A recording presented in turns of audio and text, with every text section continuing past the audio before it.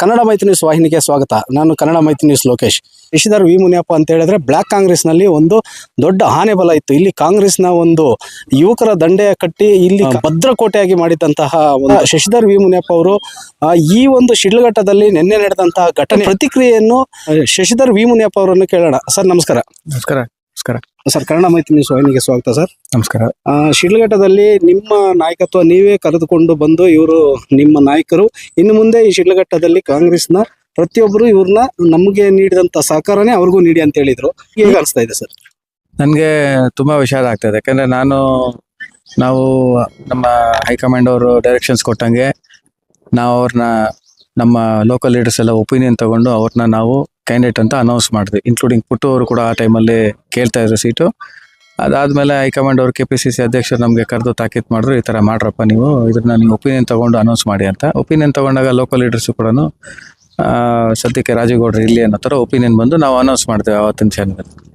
But ಅದಾದಮೇಲೆ ನಾವು ಕೂಡ ಪ್ರತಿ ಒಂದು ಹೆಜ್ಜೆಯಲ್ಲೂ ಕೂಡ ಅವ್ರಿಗೆ ಗೈಡ್ ಮಾಡ್ಕೊಂಡೇ ಬಂದ್ವಿ. ಬಟ್ ಇವತ್ತಾಗಿರುವಂಥ ಒಂದು ಪರಿಸ್ಥಿತಿ ನೋಡಿದ್ರೆ ತುಂಬ ನಾನು ವೈಯಕ್ತಿಕವಾಗಿ ಇದು ಸರಿಯಲ್ಲ. ಯಾಕಂದರೆ ಯಾವುದೇ ಅಫಿಷಿಯಲ್ ಆಗ್ಬೋದು, ಯಾವುದೇ ಒಬ್ಬ ವ್ಯಕ್ತಿ ಆಗ್ಬೋದು, ಅವ್ರಿಗೆ ಆದಂಥ ಒಂದು ಗೌರವ ಇರುತ್ತೆ. ಯಾಕಂದರೆ ಅವರು ನಮ್ಮನೆ ಕೆಲಸದವ್ರು ಆಗ್ಬೋದು, ಅಥವಾ ಸರ್ಕಾರಿ ನೌಕರರಾಗ್ಬೋದು, ಅಥವಾ ಇನ್ಕ್ಲೂಡಿಂಗ್ ನಮ್ಮ ಸೀನಿಯರ್ಸ್ ಆಗ್ಬೋದು, ಅಥವಾ ನಮ್ಮ ಜೂನಿಯರ್ಸ್ ಆಗ್ಬೋದು, ಯಾರು ಆಗ್ಬೋದು, ಅವ್ರಿಗೆ ಆದಂಥ ಒಂದು ವ್ಯಕ್ತಿತ್ವ ಇರುತ್ತೆ. ಆ ವ್ಯಕ್ತಿತ್ವಕ್ಕೆ ನಾವು ಗೌರವ ಕೊಟ್ಟು ಅವ್ರಿಗೆ ಮರ್ಯಾದೆ ಕೊಡುವಂಥ ಕೆಲಸ ನಾವು ಮಾಡಬೇಕು.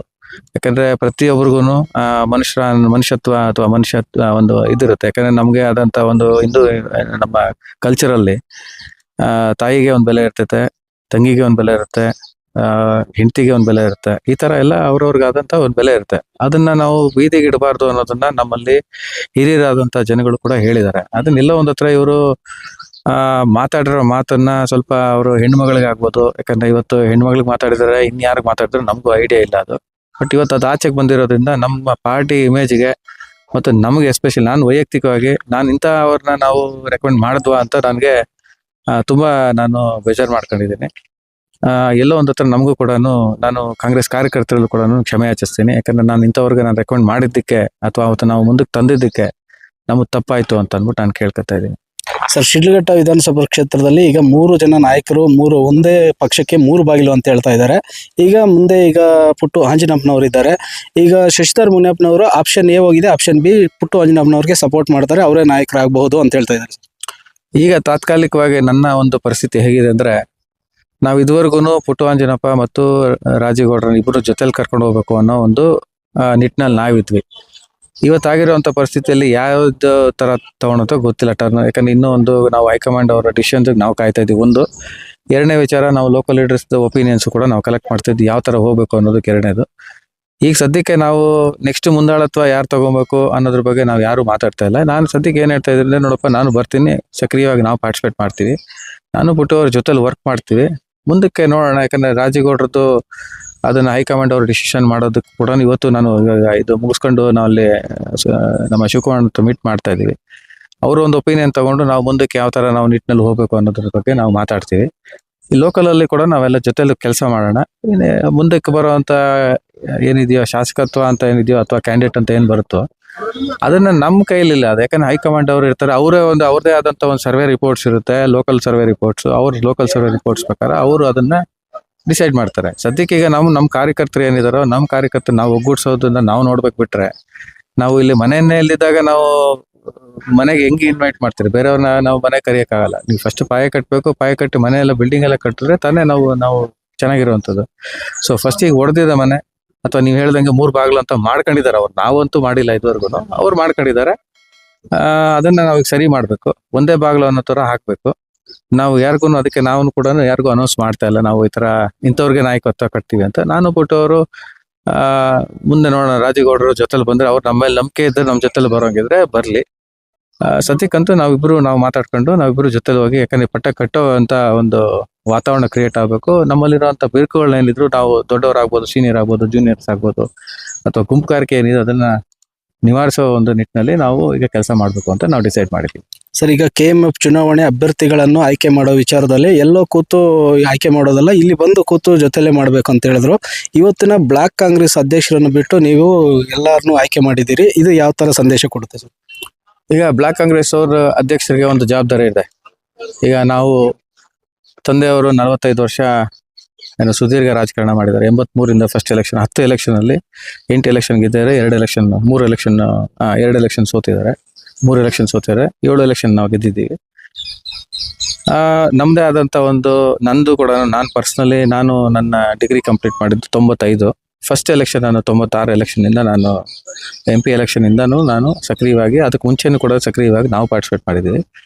ನಮ್ಮದೇ ಆದಂಥ ಒಂದು ಪಾರ್ಟಿಯಿಂದ ನಾನು ಕೆಲಸ ಮಾಡೋಂಥದ್ದಾಗ್ಬೋದು, ನಮ್ಮದೇ ಆದಂಥ ಒಂದು ಲೀಡರ್ಶಿಪ್, ನಮ್ಮ ಲೀಡರ್ಸ್ ನಾನು ಗೌರವವಾಗಿ ಮಾತಾಡೋಂಥದ್ದು, ಅವ್ರು ಬಂದವ್ರಿಗೆ ಅವ್ರ ಕೆಲಸಗಳು ಮಾಡ್ಕೊಡೋದು, ಇನ್ನೊಂದು ಯಾವುದೇ ಆಗ್ಬೋದು, ನಾವು ಅಟೆಂಡ್ ಮಾಡ್ಕೊಂಡು ಬಂದಿದ್ವಿ. ಇದುವರೆಗೂ MP ಎಲೆಕ್ಷನ್ ಆದ ನಂತರ ಯಾವುದೇ ಒಂದು ಪ್ರೋಗ್ರಾಮ್ಗೂ ಕೂಡ ಬ್ಲಾಕ್ ಕಾಂಗ್ರೆಸ್ ಪ್ರೆಸಿಡೆಂಟ್ ಆಗ್ಬೋದು ಅಥವಾ ಅವರ ರೆಪ್ರೆಸೆಂಟೇಟಿವ್ಸ್ ಆಗ್ಬೋದು, ನಮಗೆ ಯಾವುದೇ ಥರದ್ದು ಕೂಡ ಇನ್ವೈಟು ಇದುವರೆಗೂ ಇಲ್ಲ. ಪುಟ್ಟವಾಂಜನಪ್ಪನವರು ನಮ್ಗೆ ಹೇಳಿದ್ದಾರೆ ಯಾವಾಗ ಒಂದ್ಸತಿ ಮಾತ್ರ. ಅವಾಗ ಸರ್ ನೀವು ಹೋಗ್ಬಿಟ್ಟು ಬನ್ನಿ, ನಮ್ದು ಏನು ಅಬ್ಜೆಕ್ಷನ್ ಇಲ್ಲ ಅಂತ ಅಂದ್ಬಿಟ್ಟು ಹೇಳಿರೋದು ನಿಜ.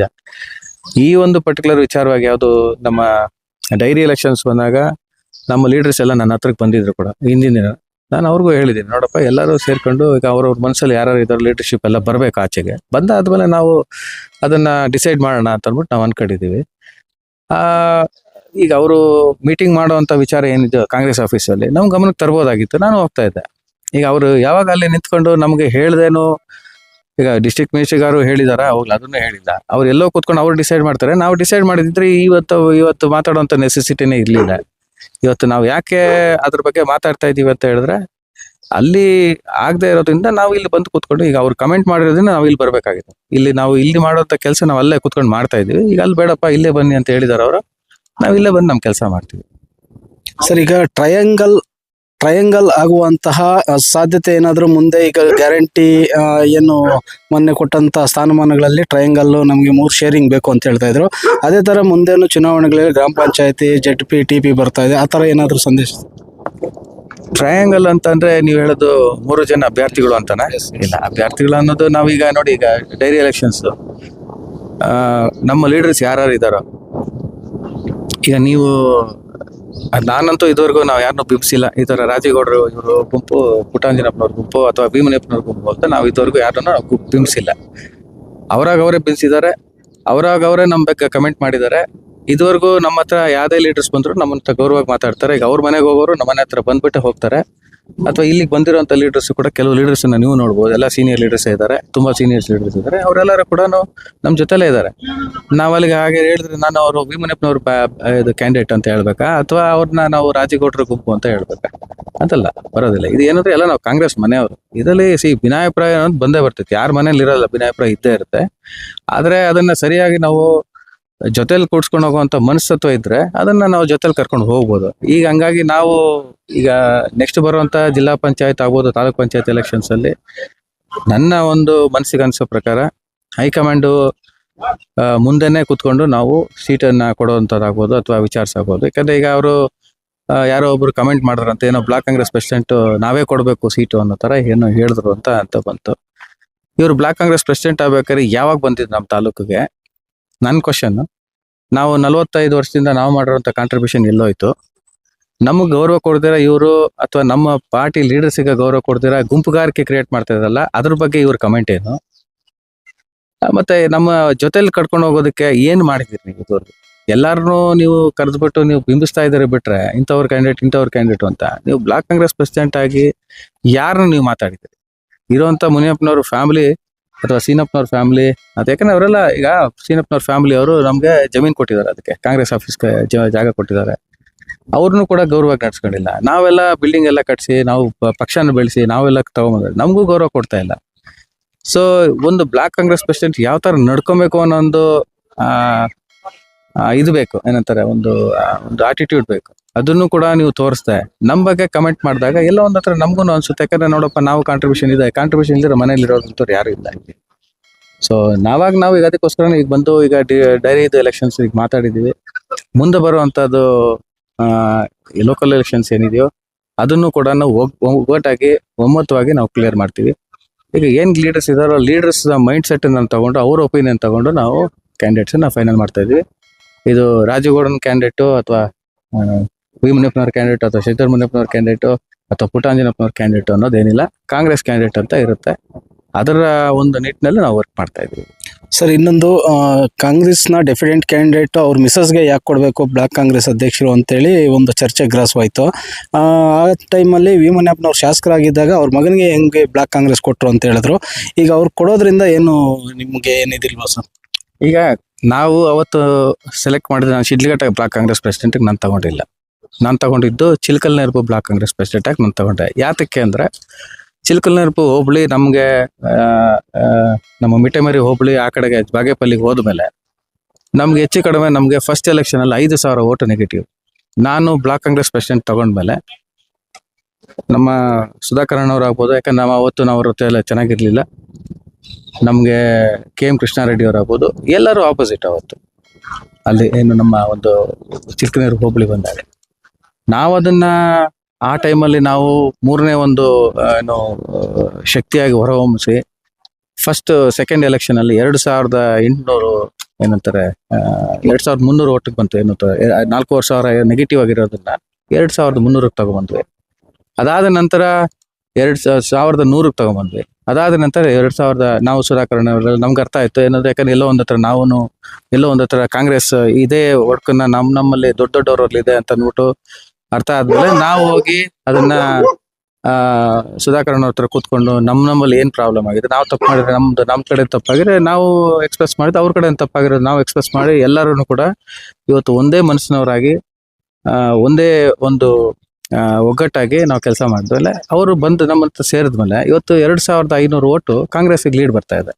ಇದು ನಾವು ಮಾಡಿರೋಂಥದ್ದು ಅಚೀವ್ಮೆಂಟ್ ಲಾಸ್ಟ್ MLA ಎಲೆಕ್ಷನ್ ಅಲ್ಲಿ ಎರ್ಗೋನು.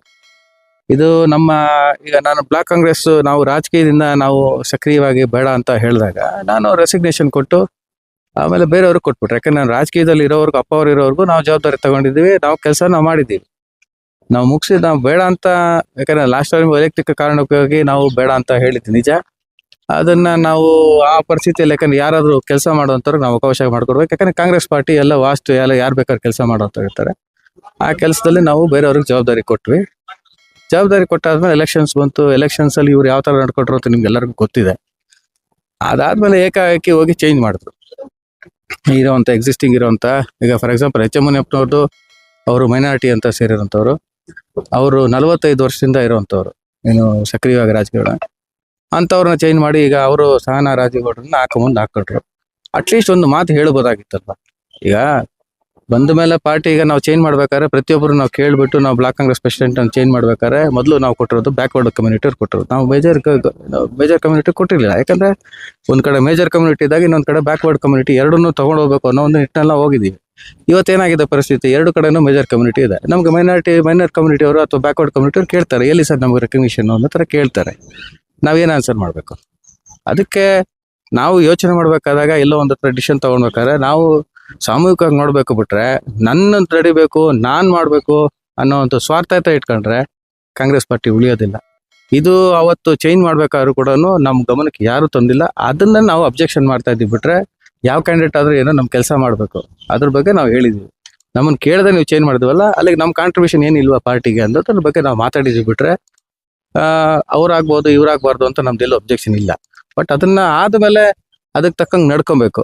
ನಮ್ಗೆ ಕರಿಯೋದಾಗ್ಬೋದು ಅಥವಾ ಯಾವ್ದಾದ್ರು ಪ್ರೋಗ್ರಾಮ್ ಇನ್ವೈಟ್ ಮಾಡೋದಾಗ್ಬೋದು, ಅದನ್ನ ಅವರು ಯಾವ ತರ ಸಿಸ್ಟಮ್ ಕ್ರಿಯೇಟ್ ಮಾಡಿದ್ರೆ ನಮ್ಗೆ ಅದು ಗೊತ್ತಿಲ್ಲ. ಅದ್ರ ಪ್ರಕಾರ ಈಗ ಅವ್ರ IAS ಅಕಾಡೆಮಿನೇ ಮಾಡಿದ್ರು. ನಮ್ಗೆ ಇದುವರೆಗೂ ಅದರ ಬಗ್ಗೆ ಒಂದು ಇನ್ವೈಟ್ ಕೂಡ ಇಲ್ಲ. ಏನಪ್ಪಾ ಆಗ್ತಾ ಇದೆ ಅಂತ ನಮ್ಗೆ ಗೊತ್ತಿಲ್ಲ. ಈ ತರ ಒಂದೊಂದಲ್ಲ ತಪ್ಪು ಸುಮಾರು ಆಗಿದಾವಲ್ಲಿ. ನಾವು ಅದ್ರ ಬಗ್ಗೆ ಮಾತಾಡಕ್ ಹೋದ್ರೆ ಅದನ್ನ ಇನ್ನು ದೊಡ್ಡದಾಗುತ್ತದು, ಸುಮ್ಮನೆ ಬೇಡ ಅದನ್ನ. ಬಟ್ ಏನಿದೆಯೋ as far as block Congress ಅಧ್ಯಕ್ಷರು ಏನಿದಾರೋ ಅದನ್ನ ಅವರು ಇಬ್ರು ವಯಬಿಲಿಟಿ ಚೆಕ್ ಮಾಡ್ಬಿಟ್ಟು ಮಾಡ್ಬೇಕಾಯ್ತು, ಒಂದು ಬ್ಯಾಕ್ವರ್ಡ್ ಕೊಡ್ಬೇಕಾಯ್ತು ಅಂತ ನಮ್ ನಿಲ್ವು ಅಷ್ಟೇ.